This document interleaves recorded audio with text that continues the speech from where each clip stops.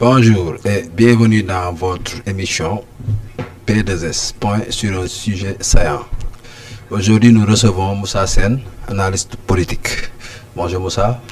Oui, bonjour Abdourahmane. Ça va? Vous allez bien? Ça va très bien. Aujourd'hui, on va parler d'actualité et plus précisément de l'Assemblée nationale avec la session extraordinaire qui se passe actuellement et convoquée par décret par le président Diomaye. Peut-on dire que cette session extraordinaire convoquée par le président Diomaye est un moyen de bloquer la motion de censure des parlementaires de Benno? Oui, effectivement, comme vous venez de le rappeler, le président de la République, son Excellence Bassirou Diomaye Diakhar Faye, a convoqué l'Assemblée nationale en session extraordinaire. Je pense que le décret a été pris hier même, mais l'analyse qu'on peut en faire d'emblée, c'est que c'est tout juste une tentative de sauver son Premier ministre. Parce que, pour moi, cette section ordinaire convoquée par le président de la République n'avait pas sa raison d'être dans ce contexte actuel. Mais toujours est-il que le président de la République a usé de ses prérogatives constitutionnelles. Ce sont les lois constitutionnelles du Sénégal qui lui donnent la faculté de convoquer l'Assemblée nationale en section extraordinaire pour statuer sur différents ordres du jour. De ce point de vue-là, on peut accepter que le président de la République ait convoqué l'Assemblée nationale en session extraordinaire pour statuer et évoquer plusieurs situations qui sont inscrites à l'ordre du jour. Donc vous voulez dire qu'il a utilisé des prérogatives que la Constitution lui donne pour en faire usage d'un acte politique? Oui, effectivement, on peut dire ainsi, le président de la République a usé de ses prérogatives constitutionnelles pour faire face à une situation politique donnée. Je pense que de ce point de vue-là, on n'a rien à lui reprocher. Tout le monde sait que la Constitution du Sénégal permet au président de la République de convoquer l'Assemblée nationale en session extraordinaire pour statuer sur certaines questions. C'est ce que le président de la République a fait. Si vous regardez bien le décret qui a été publié hier, il y a plusieurs points qui ont été rappelés ou évoqués au niveau du décret. Voilà. Mais certains disent que même si la motion de censure passait, le président pouvait reconduire Ousmane Sonko au poste de Premier ministre. Mais donc, quelle est l'importance ou la pertinence de cette motion? Non, vous savez, comme vous venez de le dire, la motion de censure, pour les juristes, c'est même une hérésie dans un régime présidentiel. Tout le monde sait qu'au Sénégal, nous avons un régime présidentiel. C'est-à-dire presque tous les pouvoirs sont concentrés entre les mains du président de la République. Vous savez, c'est vrai que la motion de censure est prévue à l'article 86 de la Constitution qui stipule ou bien qui dispose que l'Assemblée nationale peut provoquer la démission du gouvernement par l'adoption d'une motion de censure. Ça, c'est une prérogative que la Constitution a conférée au Parlement. Donc, sur ce point de vue, l'Assemblée nationale est en droit de déposer sur le bureau une motion de censure pour tenter de censurer le gouvernement. Parce que c'est ça la finalité d'une motion de censure, c'est pour censurer le gouvernement. Mais le problème, c'est que la motion de censure au Sénégal a des limites. Parce que rien n'interdit au président de la République, après la motion de censure, de reconduire son gouvernement. Ça veut dire que même si cette motion-là était adoptée, le président de la République pourrait reconduire son Premier ministre Ousmane Sonko et par là même le gouvernement. Ce qui fait que donc, la motion de censure, c'était tout juste une occasion pour le député qui en est à l'initiative d'amuser la galerie. Mais lui-même, il sait que même si le gouvernement venait d'être tombé, le président de la République a toujours la faculté, la possibilité de reconduire son gouvernement. Mais alors, quelle est la pertinence de cette motion? La pertinence. Non, pour moi, cette motion de censure n'a aucune utilité. C'est une motion qui est inopportune et qui n'est pas du tout importante, dans la mesure où, déjà pour l'adoption de la motion de censure, il faut 3/5 des députés. C'est-à-dire la motion de censure doit être adoptée à la majorité absolue. Et tout le monde sait que Benno Bokk Yakaar a une majorité relative, une majorité étriquée à l'Assemblée nationale. Il faut au moins 99 députés pour que la motion de censure passe. Donc, quel est le fondement de cette motion de censure? Peut-être que Abdou Mbow, qui est l'initiateur de cette motion, pourrait peut-être éclairer la lanterne des Sénégalais. Mais Abdou Mbow lui-même sait que Benno Bokk Yakaar, sa coalition, n'a pas les outils juridiques et politiques pour l'adoption de cette motion de censure qui demande, qui requiert une majorité absolue. Et combien de temps va durer cette session extraordinaire? Parce que certains disent que si on compte le temps que cela va durer, ça va tomber avec la date du 12, où le président peut dissoudre l'Assemblée nationale. Oui, c'est ça le problème. C'est ça aussi le problème, parce que il y a des contraintes qui sont liées au temps. Il y en a même qui disent que la déclaration de politique générale du Premier ministre Ousmane Sonko aura lieu vers le 13. C'est-à-dire un jour après la dissolution de l'Assemblée nationale, ce qui n'a pas de sens. Ça veut dire que on est en train de nous engouffrer dans une impasse politique. Et à quelle fin? Fin? Mais tous, vous savez, la situation est très compliquée. Hein. C'est une situation, il faut l'avouer, une situation politique très compliquée. Parce que bon, les acteurs politiques actuels, ne privilégient pas, à mon sens, le dialogue. C'est vrai qu'il y a un nouveau gouvernement qui s'est installé à la tête du pays, un gouvernement qui a trouvé en place une majorité qui était déjà là, mais au nom du dialogue des institutions, je pense que le président de la République, surtout Bassirou Diomaye Diakhar Faye, aurait dû discuter en amont avec les parlementaires pour trouver des terrains d'entente, pour trouver des plages de convergence. Comme l'avait fait le président Abdoulaye Wade en 2000, il a trouvé sur place une opposition parlementaire qui ne lui est pas favorable, mais il a su jouer sur certains leviers, utiliser certains leviers pour arrondir les angles et trouver des terrains d'entente avec une opposition qui lui était défavorable. Je pense que Diomaye aurait dû utiliser ces mécanismes-là politiques pour faire passer même certains... Voilà, c'est ça. Mais est-ce que également, parce que quand on parle de dissolution de l'Assemblée nationale, qu'est-ce qui peut en découdre? C'est-à-dire dissoudre l'Assemblée nationale, quelles conséquences peut-il avoir pour le fonctionnement du pays? Oui, avant de venir aux conséquences qui résulteraient de la dissolution de l'Assemblée nationale, il faut rappeler que c'est une prérogative constitutionnelle conférée au président de la République. Je pense que la dissolution, le pouvoir de dissolution est prévu à l'article 87 de la Constitution, qui dispose que le président de la République peut, après avoir informé le Premier ministre et le président de l'Assemblée nationale, procéder à la dissolution de l'Assemblée nationale. Donc de ce point de vue-là, il n'y a aucun souci. C'est une prérogative conférée au président de la République. C'est aussi un acte de gouvernement qui bénéficie d'une immunité juridictionnelle absolue. Ça veut dire que le décret de dissolution de l'Assemblée nationale ne peut être attaqué nulle part. Il ne peut être attaqué devant aucune juridiction du pays. Parce que c'est un acte de gouvernement qui bénéficie d'une immunité juridictionnelle absolue. Mais cette dissolution va engendrer des conséquences très négatives au plan politique. Vous savez que l'Assemblée nationale joue un rôle très important au Sénégal, parce que c'est le Parlement qui légifère. C'est l'Assemblée nationale qui est investie d'une manière formelle du pouvoir normatif, c'est-à-dire du pouvoir d'édicter des lois. C'est aussi l'Assemblée nationale qui vote les lois de finances. Or, on s'achemine vers la fin de l'année budgétaire et normalement, d'ici au mois d'octobre, on devrait procéder au vote du nouveau budget. Et si l'Assemblée nationale est dissoute, dans ces délais courts-là, est-ce qu'on pourra voter, par exemple, le budget pour l'année 2025?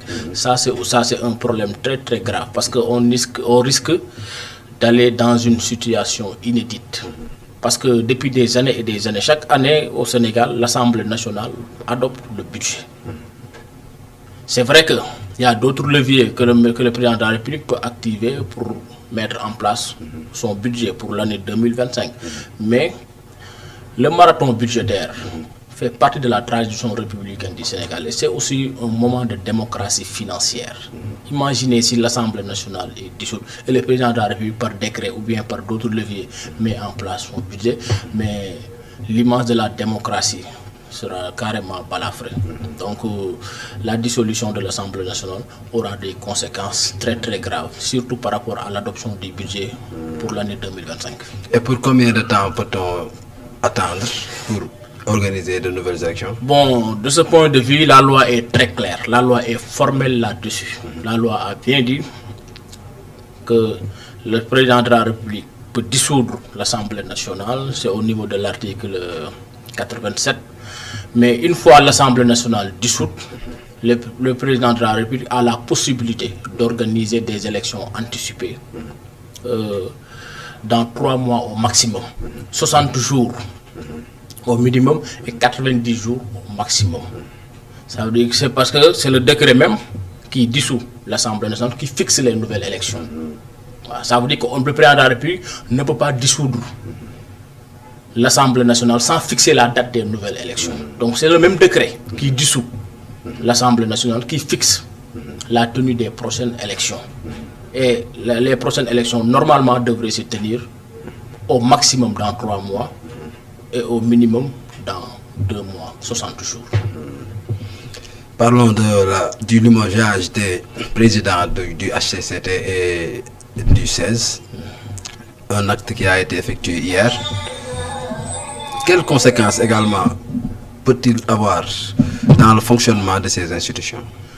Bon, vous savez, ce limogeage de Aminata Mbengue Ndiaye et de Abdoulaye Daouda Diallo, respectivement à la tête du HCCT et du CS, ne m'a pas du tout surpris. Et il fallait même s'y attendre. Vous savez, le président de la République, on peut dire, il a pris une revanche sur la coalition au pouvoir, parce que les députés de Benno Bokk Yakaar, par le blocage, par le rejet du projet de loi supprimant le HCCT et le CS, ont voulu sauver leurs camarades qui sont au niveau de ces institutions. Et le président de la République, maintenant, pour sauver sa face, a pris tout simplement l'option de supprimer ou de limoger les présidents de ces 2 institutions.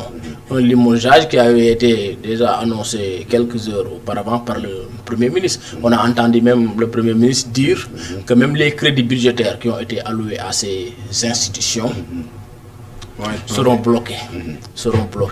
Mais il faut aussi noter qu'il y a une certaine précipitation par rapport au limogeage de ces 2 présidents de ces institutions. Parce qu'on s'achemine vers la fin de l'année budgétaire. Parce que sur cette année budgétaire-là, il ne reste que 3 mois. On nous dit souvent que ces 2 institutions-là utilisent un budget qui avoisine les 15 milliards. C'est un budgétivore. Voilà, c'est des institutions budgétaires, le budgétivore. Oui, on est d'accord. Là, on n'en disconvient pas. Tout le monde est d'accord que ces institutions-là sont budgétivores. C'est-à-dire c'est des institutions qui utilisent beaucoup d'argent et qui n'ont pas trop d'importance pour les Sénégalais. Ça, il faut le dire. Mais on est vers la fin de l'année budgétaire. Si aujourd'hui ces institutions-là avaient un budget par exemple de 15 milliards, mais aujourd'hui c'est sûr que les 11 milliards ou les 12 milliards sont épuisés. N'est-ce pas? Ce qui fait que donc il ne reste que peut-être 4 milliards ou 3 milliards. Je pense que le président Diomaye aurait dû attendre la fin de l'année budgétaire pour tout simplement limoger ces 2 présidents. Est-ce que ce n'est pas également une réponse au rejet de leur loi pour la suppression de ces institutions? Non, je pense que c'est en réaction. C'est en réaction au comportement des députés de Benno Bokk Yakaar. Parce que on a vu vraiment le jour de la plénière, on a vu vraiment une indiscipline parlementaire caractérisée. C'est-à-dire Benno est dans son droit de rejeter un projet de loi qui émane de l'exécutif. Mais il faut de l'élégance républicaine. Voilà. Et le président de la République, en réaction à cette indiscipline parlementaire, lui aussi, a voulu montrer que voilà, il a des prérogatives que la Constitution lui a données. C'est en quelque sorte, il dit au Parlement, voilà, vous empêchez mon projet de dissolution du CES, moi aussi, j'ai des leviers à activer, je vais couper la tête au président de ces deux institutions. Et parlons du Benno, avec cette lettre du président Macky Sall, dont certains disent que cela a acté la fin de cette coalition. Est-ce que c'est vrai? Oui, c'est vrai. Pour moi, la décision du président Macky Sall de signer l'arrêt de mort de la coalition Benno Bokk Yakaar est une décision pertinente. Parce que Benno Bokk Yakaar, quand même, il faut le dire, c'est une coalition qui a fait 12 ans. C'est la première fois, même dans l'histoire politique du Sénégal, qu'on voit une coalition aussi hétérogène, aussi hétéroclite, durer un temps aussi long. Donc le président Macky Sall, enfin stratège, enfin politique, sait que Benno Bokk Yakaar doit faire des mutations pour exister. C'est une coalition qui a été frappée par l'usure du temps. Donc il est grand temps pour le président de la République et pour les autres leaders de Benno de penser à insuffler du sang neuf à cette coalition qui a été quand même frappée par l'usure du temps. Est-ce qu'on peut s'attendre à la naissance d'autres coalitions où les partis vont aller d'eux-mêmes, je veux dire? Mais certainement, le président de la République qui a annoncé cette décision pense à une recomposition politique. Certainement, il va élargir les bases de Benno Bokk Yakaar. Certainement, il va ouvrir la coalition à d'autres forces politiques parce qu'il y a une nouvelle reconfiguration politique sénégalaise. Et au vu de toutes ces choses qui arrivent actuellement, quelle est l'appréciation que vous donnez de notre politique au Sénégal? Non, vous savez, Moussa Sy, ces dernières années, beaucoup de choses se sont passées au Sénégal. Beaucoup de choses, énormément de choses se sont passées au Sénégal. Vous savez, la politique au Sénégal, depuis ces dernières années, laisse à désirer. Parce qu'on a vu qu'il y a des gens qui sont entrés un peu dans l'arène politique par infraction. Par infraction, si on peut s'exprimer comme ça. Mais tout cela est dû à certains comportements de nos hommes politiques. Parce que parfois, nos hommes politiques font montre d'une certaine immaturité politique. Mais ce qui s'est passé ces dernières années avec les casses, avec les saccages, avec les troubles à l'ordre public, les assassinats, les tueries et tout ça, mais ça c'est des situations qu'il faut imputer tout simplement aux hommes politiques. Ce sont les hommes politiques qui ont entraîné le pays dans une situation très grave, dans un gouffre. Même l'alternance que nous vivons actuellement, cette troisième alternance, mais elle le fait des hommes politiques parce qu'on a vu qu'il y avait une coalition qui était au pouvoir depuis 12 ans, qui pensait que pour s'éterniser au pouvoir ou bien pour rester aussi longtemps au pouvoir, il fallait écraser tous les adversaires politiques de taille. Finalement, comme la nature a horreur du vide, d'autres organes politiques sont venus et sont entrés par infraction dans l'arène. Et finalement, on a vu ce qui s'est passé. Et comment appréciez-vous l'opposition que nous avons actuellement? Donc, vous savez, actuellement, pour moi, actuellement au Sénégal, il n'y a pas d'opposition. Il n'y a pas d'opposition. Peut-être dans les mois à venir ou dans les années à venir, on aura une opposition de taille, une opposition au vrai sens du terme. Mais actuellement, on n'a pas d'opposition au Sénégal. Personne ne peut dire actuellement que tel homme politique ou tel autre politique mérite le statut de leader de l'opposition. C'est vrai que, non, vous savez, beaucoup pensent que Amadou Ba est naturellement le leader de l'opposition. Mais Amadou Ba, pour moi, est loin d'être le leader de l'opposition. C'est-à-dire, à l'élection présidentielle passée, il était accrédité de plus de 34%. Mais ça, ce n'était pas le coefficient personnel de Amadou Ba. Ce n'était pas le coefficient personnel de Amadou Ba. Amadou Ba, à lui seul, ne peut pas avoir 34% à une élection présidentielle. Et actuellement, on nous dit que Amadou Ba, dans les prochains jours, va procéder à la création de son propre parti politique. Mais est-ce que Amadou Ba pourra ratisser large, pourra exister en dehors de Benno Bokk Yakaar? Ça aussi, c'est une question qui mérite d'être posée. Donc, au vu de cette situation-là, pour moi, Amadou Ba est loin d'être le leader de l'opposition. Parce que les 34% qu'il avait pu engranger à l'élection présidentielle passée n'était pas le fruit de son coefficient personnel. C'est-à-dire, c'était un score qu'il avait obtenu dans le cadre de Benno Bokk Yakaar. Et aujourd'hui, Benno Bokk Yakaar n'est plus que l'ombre de lui-même. Et actuellement, on est, je pense, à la 5e au 5e mois du président Bassirou Diomaye Faye. Ils ont fait beaucoup de promesses à la population sénégalaise, mais pensez-vous qu'ils peuvent, comment dirais-je, qu'ils peuvent réaliser ce qu'ils nous ont promis aux Sénégalais? Oui, vous savez, comme vous l'avez dit, le président de la République, Bassirou Diomaye Faye, est à la tête de l'État du Sénégal depuis 5 mois, bientôt 6 mois. Donc les délais sont très courts pour porter en tout cas un jugement sur ce qu'il est en train de faire à la tête du pays. Je pense qu'il faut de la patience. Il faut, certains disent qu'on n'est plus à l'ère des états de grâce, mais il faut quand même lui donner un état de grâce. Parce que gouverner un pays, c'est pas facile. Gouverner un pays, c'est pas facile. Et on sait qu'il y a une sorte d'impréparation.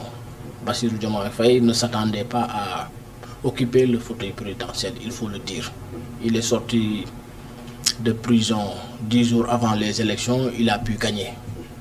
Voilà, donc au regard de toutes ces considérations-là, je pense qu'il faudrait lui accorder un temps.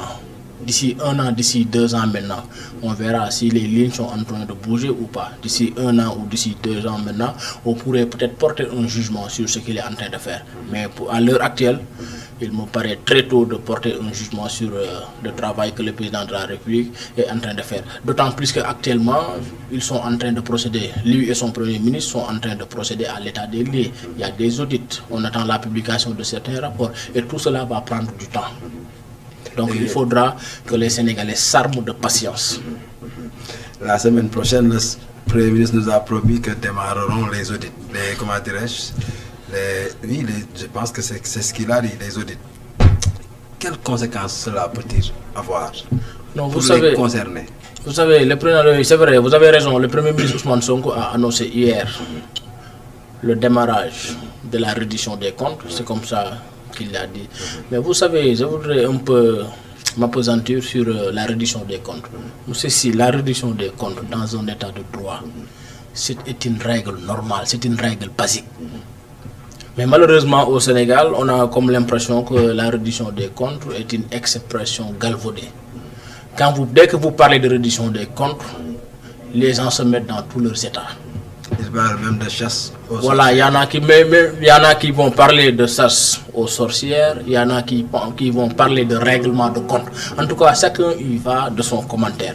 Mais la reddition des comptes est une règle ordinaire dans un état de droit. Tous les responsables publics élus ou nommés, après leur gestion, doivent présenter un bilan. Ça c'est dans l'ordre normal des choses. Ça, c'est dans l'ordre normal des choses. Mais je pense que le Premier ministre Ousmane Sonko a fait un peu d'excès de zèle hier. Parce que pour moi, ce n'est pas à lui d'annoncer le démarrage de la reddition des comptes. Ce n'est pas à lui d'annoncer le démarrage de la reddition des comptes. Ça, au moins, il aurait dû laisser un ministre, par exemple, le ministre de la Justice pouvait le faire. Mais si le Premier ministre, qui est un politicien, il faut le dire, c'est un politicien, c'est un homme politique. Un acte politique. Voilà. Quand il annonce la reddition des comptes, ça peut réconforter ceux qui pensent qu'il y a une chasse aux sorcières qui se prépare contre les dignitaires de l'ancien régime. Mais selon vous, qu'est-ce qui se prépare? Une chasse aux sorcières ou une vraie reddition des comptes? Ah, mais je pense que c'est très prématuré de dire s'il y aura une vraie reddition des comptes ou bien une chasse aux sorcières. Parce que il y a le parquet financier qui a remplacé la CREI et on ne sait pas pour le moment. On a juste une idée, un aperçu sur la composition du parquet financier. Parce qu'il y a beaucoup d'améliorations et de changements par rapport à la CREI. Parce que la CREI était une juridiction d'exception où il y avait un renversement de la charge de la preuve. Il n'y avait pas aussi la possibilité d'interjeter d'appel. C'est-à-dire on vous condamne, c'est fini. Mais on nous dit, là pour le parquet financier, il paraît que le renversement de la charge de la preuve est supprimé. Ça veut dire que le prévenu ou l'accusé a la possibilité de se défendre. Il a la possibilité d'interjeter appel en cas de condamnation en première instance. Et ça aussi, vraiment, c'est une nouveauté. Ça, c'est une nouveauté. On nous dit également que pour le parquet financier, là aussi, c'est le procureur. Le procureur, c'est-à-dire le procureur qui représente le ministère public, qui sera chargé d'apporter les preuves. C'est-à-dire c'est comme dans une juridiction ordinaire. Parce que normalement, dans une juridiction ordinaire, c'est le parquet qui doit apporter les preuves. Parce que c'est le parquet qui charge le prévenu. Donc c'est à lui d'apporter les preuves. Or, pour la CREI, on vous accuse, on vous demande vous-même d'apporter vos preuves. Alors qu'en droit, tout le monde sait que la preuve incombe au demandeur. C'est le procureur qui vous charge. C'est à lui donc d'apporter les preuves des accusations qui pèsent sur vous. Voilà. Mais je pense que la reddition des comptes est une bonne chose, surtout pour les finances publiques. C'est une très bonne chose pour les finances publiques. Et ce n'est pas une bonne chose pour ceux qui sont accusés de détournement. Mais je pense que ceux qui sont accusés de détournement, mais si les accusations portées contre eux sont avérées, mais ils doivent payer, parce qu'on ne doit pas s'amuser avec les ressources publiques. Les ressources publiques, ceci, appartiennent à tous les Sénégalais. Et si les ressources publiques sont bien gérées, tous les Sénégalais vont en profiter. Déjà, nous avons un déficit criard au Sénégal. Nous avons un déficit d'infrastructures. Nous avons un déficit budgétaire chaque année. Vous voyez, chaque année, le taux d'endettement du Sénégal grimpe. Le taux d'inflation également grimpe. Mais la réduction des comptes entre dans le cadre de la rationalisation des dépenses publiques. Ça, c'est dans l'ordre normal des choses. Vous avez géré l'argent public. Après votre gestion, vous devez présenter un bilan. Et parlons de bilan. Aujourd'hui, je pense que c'est du 5, du 6 et du 7, le maire de Dakar, Barthélémy Dias, présente son bilan à mi-parcours. Pensez-vous que cet acte est tout à fait normal ou c'est un acte politique qu'il est en train de poser, préparant les législatives qui s'annoncent? Bon, vous savez, le maire de Dakar, Barthélémy Dias, il faut le dire quand même, il est en train de faire du bon travail à la tête de la mairie de Dakar. Ça, il faut le dire. Vraiment, c'est quelqu'un... Depuis qu'il est à la tête de la mairie de Dakar, bon, il a même, je ne sais pas si vous avez fait le constat ou bien, mais il a même réduit ses sorties médiatiques et tout ça. Ça veut dire qu'il est en train de travailler. Ça veut dire qu'il est conscient de la confiance que les Dakarois ont portée sur sa personne. Et il est en train de faire du bon travail. Récemment, je pense qu'il a inauguré un centre d'hémodialyse à Liberté 6. Là, récemment, il a également procédé au lancement des travaux d'un lycée à Grand Dakar. Il est en train également de retaper et de refaire certaines routes au niveau de la capitale. Ça, vraiment, c'est du bon travail. Mais Barthélémy Dias aussi, c'est un politicien. Hein? C'est un politicien. Parce que lui, dans un premier temps, il était avec les tenants actuels du régime. Il y a eu quelques grabus entre eux et ils ont consommé la rupture. Mais je pense que quand Barthélémy Dias, le maire de Dakar, annonce une journée de présentation de son bilan à la mairie de Dakar, je pense que c'est un acte politique. C'est un acte politique qu'il pose, surtout en direction des dignitaires de l'actuel régime. Donc il se place comme une opposition. Bon, je pense que Barthélémy Dias pourrait être un bon opposant à ce régime. Parce que les politiciens traditionnels, je pense que l'élection de Diomaye a signé leur arrêt de mort. Je comprends très mal Amadou Ba s'opposer à Ousmane Sonko. Je comprends très mal Idrissa Seck qui s'oppose à Ousmane Sonko. Je pense que l'opposition dont ce régime-là a besoin, je pense que ceux-là qui pourraient incarner cette opposition-là, je pense que Barthélémy Dias en fait partie. Mais merci M. Sen. Voilà, merci M. Sy. Mais à la prochaine fois. Alors. Merci beaucoup, je vous remercie. J'espère que vous allez revenir encore une fois dans notre plateau de P2S. Il n'y a pas de souci. De toute façon, je suis à votre disposition. Chaque fois que vous m'appelez, je n'hésiterai pas à venir, Inch'Allah. Merci beaucoup. Mais merci à vous, nos amis internautes qui ont l'habitude de nous suivre à travers cette chaîne Evidence TV et à travers notre émission P2S. Je vous dis à la prochaine fois. Merci.